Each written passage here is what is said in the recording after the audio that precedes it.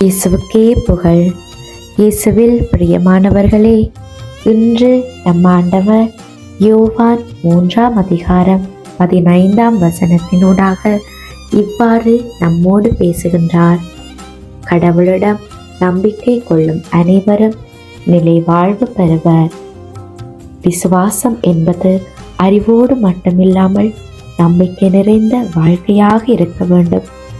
உறவுகளை, நண்பர்களை, பழகினவர்களை விட யார் இயேசு ஆண்டவரை முழுமையாக நம்புகிறார்களோ அவர்கள் அனைவருக்குமே இந்த இறைவார்த்தையினூடாக பலன் கிடைக்கும். நிலை வாழ்வு என்பது மரணத்திற்கு பின் கிடைக்கும் வாழ்க்கை மட்டுமல்ல, நாம் வாழும் காலம் வரை இறைவனுக்கு உகந்த வாழ்க்கையை வாழும்போது நிலையான மகிழ்ச்சியும் சுகமும் கிடைக்கும் வாழ்க்கையும் தான்.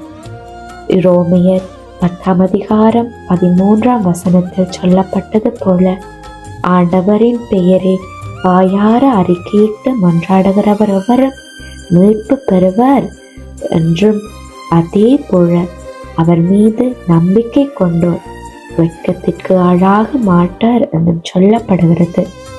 பிரியமானவர்களே, இன்று எங்களுடைய நம்பிக்கை எதுவாக இருக்கிறது? சற்று சிந்தித்து பார்ப்போமா? எல்லா நேரத்திலையும் மனிதர்களே நம்பி நம்பி நிற்கிறோமே. அவங்களோட கதைச்சா ஏதாவது ஒரு உதவி செய்வாங்க, இவங்களோட கதைச்சா இந்த காரியத்தை செய்து தருவாங்க என்று மனிதர்களை நம்பி நம்பி ஏமாந்து போனது தான் மிச்சம்.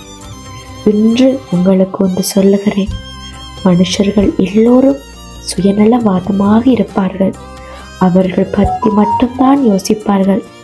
அவர்களுடைய காரியம் நிறைவேறினா போதும் என்று நினைப்பார்கள்.